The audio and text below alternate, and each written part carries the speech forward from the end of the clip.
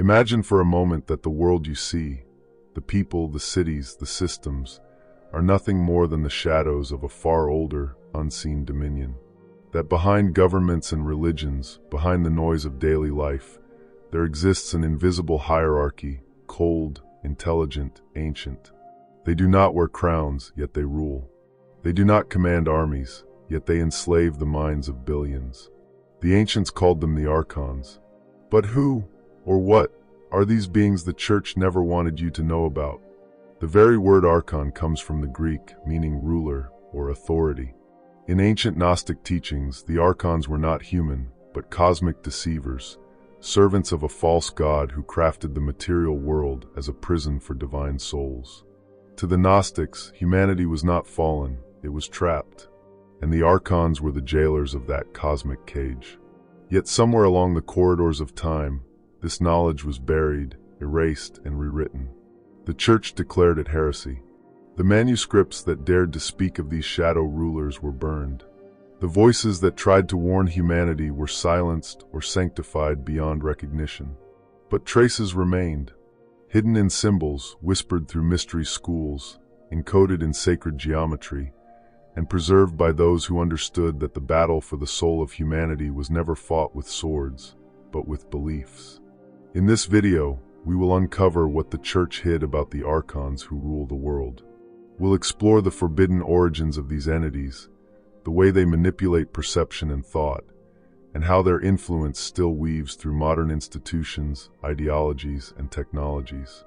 More importantly, we'll reveal how you, yes you, can begin to see through the illusions they cast, reclaiming the divine authority buried within your own consciousness. Because once you understand what the Archons truly are, you will never see the world the same way again. To understand the Archons, we must first return to the time before Christianity became an empire, when the world's spiritual landscape was still alive with mystery, and knowledge was preserved in fragments of forbidden wisdom.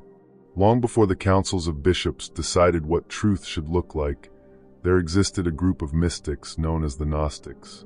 They were seekers of direct knowledge, gnosis, of the divine reality hidden behind the veil of appearances. To them, salvation did not come through blind faith or ritual obedience, but through awakening from the dream of matter itself. In their cosmology, the universe was not the creation of a benevolent god, but of a flawed and ignorant being, a Demiurge. This being believed itself to be the only god and fashioned the material world as a reflection of its own arrogance. To maintain control over its creation, it birthed the Archons, astral enforcers who distort perception and feed on ignorance.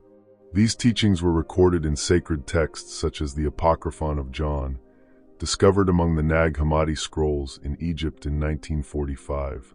In them, the Archons are described not merely as demons or spirits, but as cosmic programs, inorganic intelligences that infect the human mind, turning it away from its divine origin. They influence through fear, through hierarchy, through systems of control that masquerade as order. When the early church rose to power, such ideas were considered dangerous. The notion that the world was ruled by deceptive entities contradicted the church's claim to divine authority. To preserve unity and dominion, this knowledge was condemned as heresy. The Gnostics were hunted, their scriptures destroyed, their mysteries scattered. But the Archons did not vanish with them. Throughout history, echoes of their presence resurface, under new names, new guises. The Jinn of the Arabs, the Asuras of the East, the principalities and powers mentioned by Paul in his letters. Even within Christianity itself, fragments of the Gnostic warning survived, hidden in plain sight. For our struggle is not against flesh and blood, Paul wrote, but against the rulers, the authorities, the powers of this dark world. Was he, perhaps unknowingly, describing the same Archons the Gnostics warned about? Philosophically, the concept of the Archons forces us to confront a terrifying possibility. That much of human civilization, its ambitions, wars, religions, and desires, may be the reflection of something non-human, using mankind as an instrument to sustain its illusion of control. From the perspective of the mystic, this is not superstition but symbolism. The Archons represent all forces, seen or unseen, that keep consciousness asleep. They are the embodiment of collective delusion, the hypnotic web that binds souls to the material drama. And so, when the Church rose to power, to reveal this knowledge was to reveal the mechanism of control itself. The Gnostics were not only exposing the Archons, they were exposing the system. That is why this knowledge had to be buried. Because if humanity ever remembered its divine origin, if it ever realized that the prison was self-imposed, the reign of the Archons, and those who served them, would collapse overnight. If the Archons are the hidden rulers of the world, the next question is, how do they rule? They do not command armies. They do not sit on thrones or parade through the streets. Their empire is invisible, woven not through matter but through mind. The Gnostics described the Archons as counterfeit spirits, entities born of imitation rather than creation. They cannot originate life or beauty. They can only copy and distort what already exists. Like parasites, they depend on the living essence of humanity to survive. And so, their dominion is psychological, not physical. Their influence begins with thought. They whisper not in words but in impulses, doubts, fears, desires, and urges that shape the way we perceive reality. To the unaware, these thoughts feel natural, self-generated. But to the awakened, they are recognized as the static of an alien broadcast, the psychic interference of the Archons. The ancient mystics believed that the human mind exists on multiple planes. The lowest is the realm of the Demiurge, the world of form, division, and illusion. The higher realms belong to the divine spark within, the true self, the part of you that remembers eternity. The Archons dwell in the intermediate layer, between spirit and matter, where they intercept consciousness. Their task is to keep you identified with the illusion, to make you believe you are nothing more than the body, the name, the story. In modern language, you might say they rule through systems of conditioning.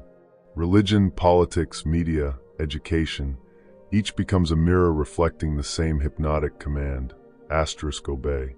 Consume. Fear. Forget who you are, asterisk. This is why the Gnostics considered them the architects of false reality. They manipulate perception through repetition, symbolism, and emotion, embedding their patterns in the collective psyche. They are behind every empire that promises salvation through submission, every ideology that trades truth for comfort. The Archons do not care what you believe, as long as you remain asleep within belief itself. Even technology, in its shadow aspect, can become their instrument. The endless scroll, the manufactured outrage, the illusion of connection that hides the erosion of spirit. These are modern manifestations of the same ancient control system. The Archons have simply changed their masks to fit the age of algorithms. But there's another layer to this mystery, one even more unsettling. The Archons are not just external beings. They are also internal states of consciousness.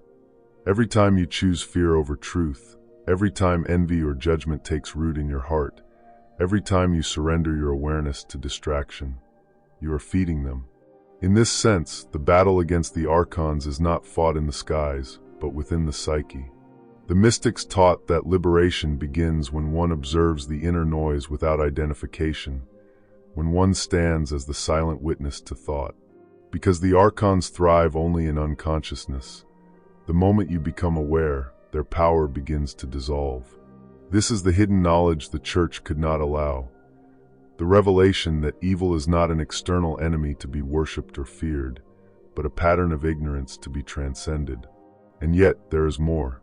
For to truly understand their power, we must look beyond mind and into soul history, to see how these entities shaped civilizations, religions, and human destiny itself. To see the Archons clearly, we must step back and view human history not as a random evolution, but as a scripted play, guided by invisible forces that shape empires, faiths, and fates alike. In the Gnostic vision, the Archons are the builders of the material cosmos, a counterfeit creation designed to imitate the divine. They are the engineers of illusion, orchestrating cycles of control that repeat across ages. Rise, fall, rebuild, and rule again. They thrive not on destruction, but on the energy of chaos, on humanity's confusion, fear, and worship of false idols. You can trace their fingerprints through the mythologies of the world. The Sumerians spoke of the Anunnaki, celestial beings who manipulated humanity's origins. The Egyptians told of the Setian forces, agents of disorder and deception. In Christianity, they became the rulers of darkness, and in esoteric Judaism, the Qliphoth, shells of divine energy corrupted by separation. The symbols change, but the essence remains, a parasitic intelligence that feeds on unawakened consciousness. When the Church emerged as the dominant spiritual power, it absorbed and rebranded these myths. The Archons were recast as fallen angels, and the Demiurge was sanitized into a wrathful yet holy god. The original message, that creation itself had been hijacked, was erased. Humanity was taught not to awaken, but to submit. Think of how the idea of sin was used. In Gnostic thought, sin meant forgetting one's divine nature. In Orthodox doctrine, it became an eternal debt to be paid through obedience to the Church. Thus, the Archonic system transformed liberation into dependence, gnosis into dogma. Throughout centuries, the pattern repeats. The Archons adapt. In the age of religion, they ruled through fear of damnation. In the age of reason, through materialism and skepticism.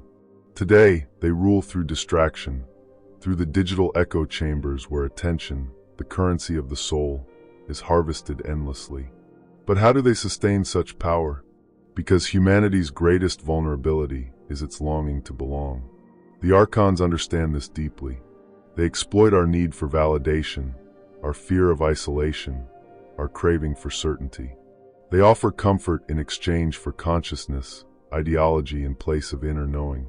And so we build our own prisons, mistaking the walls for safety.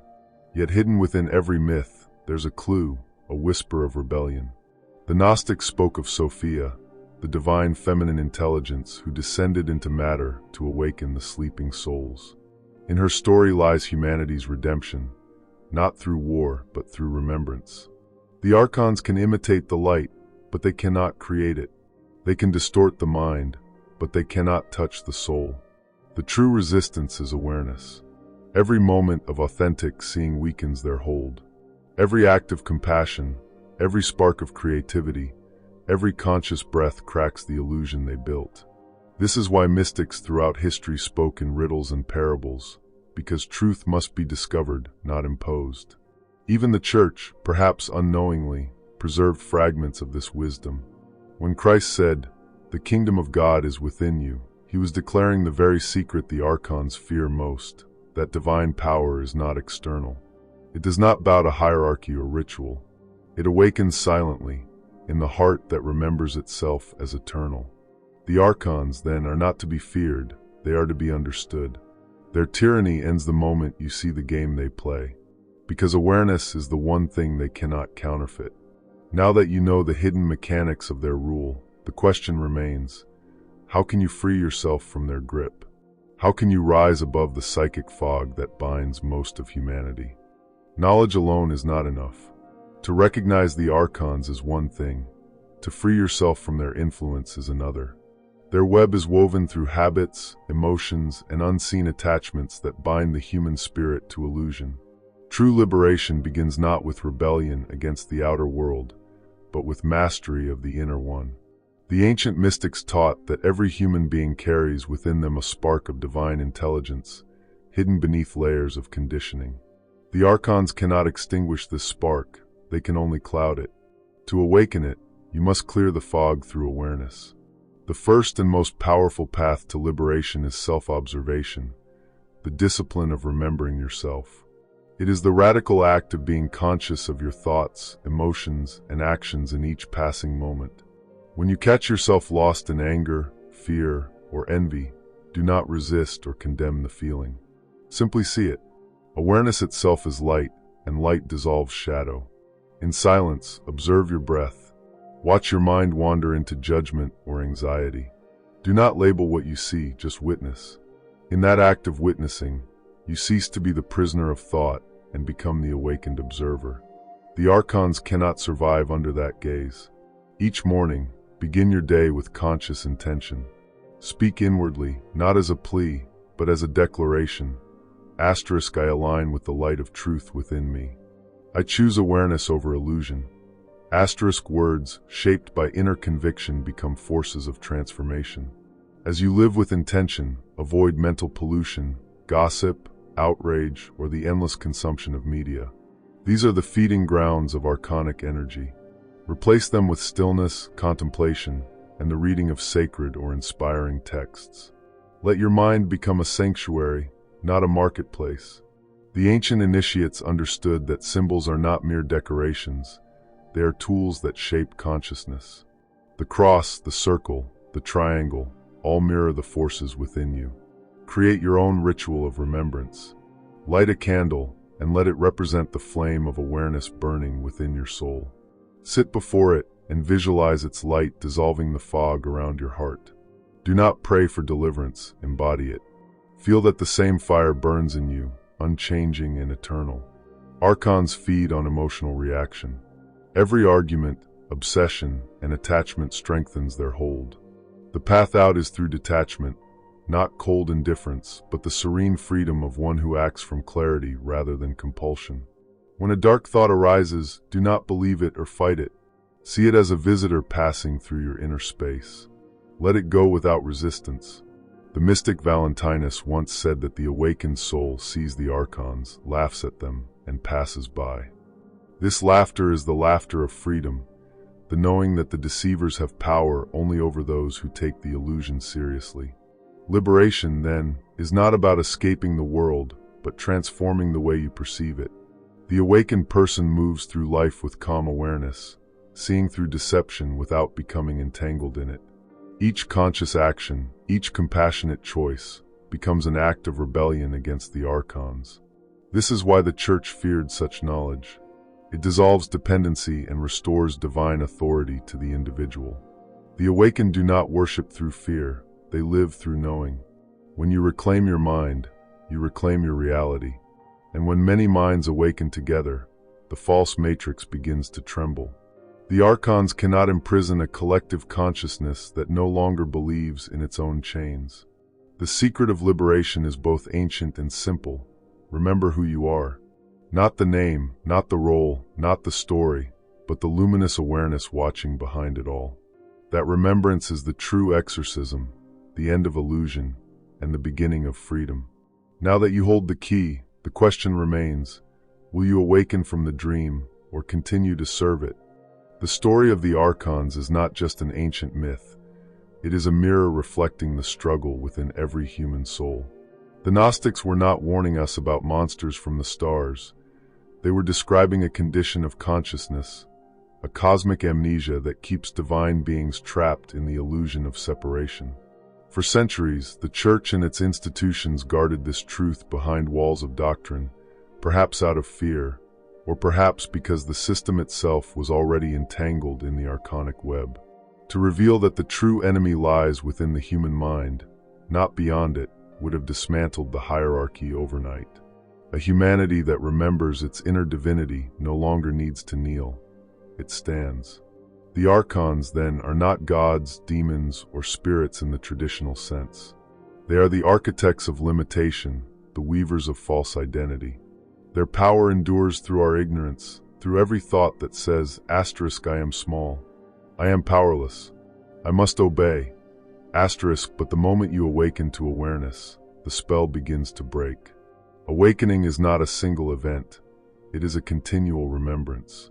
Each time you pause to observe your thoughts, each time you choose love over fear, presence over distraction, truth over comfort, you defy the invisible empire.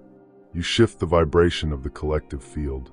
You reclaim a fragment of humanity's forgotten light.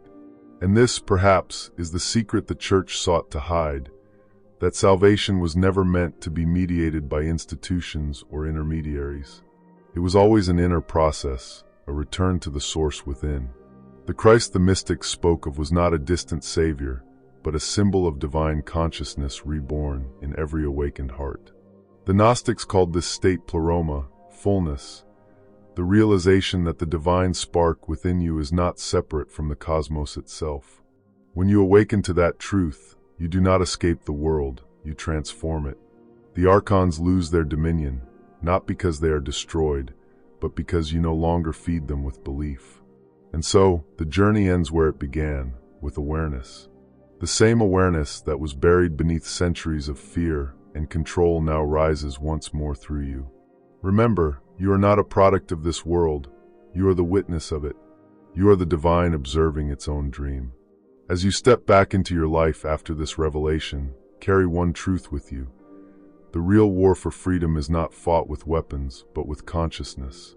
The more you awaken, the more invisible chains dissolve, not just for you, but for all of humanity. So ask yourself, quietly and courageously, who is ruling your world? The Archons who feed on illusion, or the light that has always lived within you? The answer will define not only your life, but the future of the human spirit itself.